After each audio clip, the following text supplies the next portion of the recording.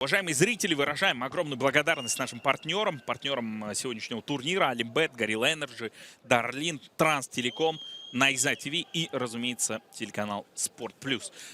Ну что, начинаем первый бой. Найза 73 в городе Караганда. Два файтера, которые практически на родной земле сегодня бьются. Ну так, суетится немного Бекзат Шахиев. Хошхаров уверенно занимает центр. Пробивает по корпусу прямыми. Дальше заряжает лоу. Очень спокоен. Выбрасывает двоечку. Адлет Хошхаров. Свою дистанцию нащупать Бекзат Шахиев не может. Ну, тут всего 30 секунд прошло с начала поединка. Хороший хайкик проходит. Он может быть вскользь, но проблем точно доставил.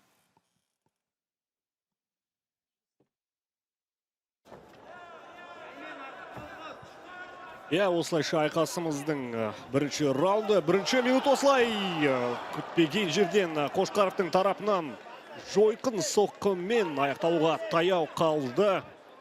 Я шындығында Адлет бүгін адуынды.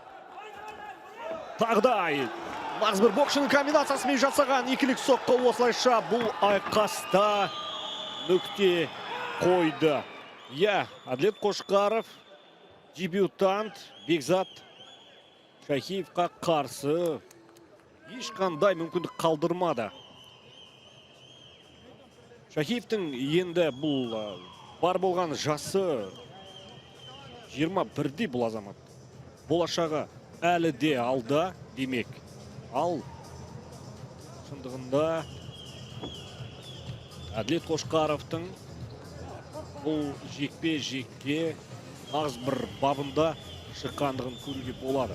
Қазір бейне қайталау сәті. Міне алдарыңызда қысқаша ғана статистика.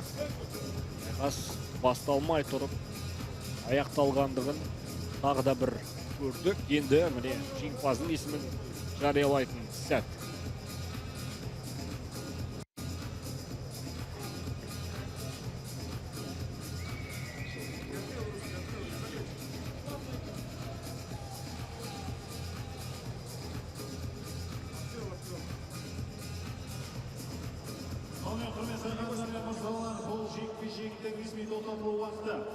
Бірінші раунд, бірінші минут және 5-ші секунд. Техникалық нокаут жеңіске жеткен алаңның қызыл бұрышы Адлет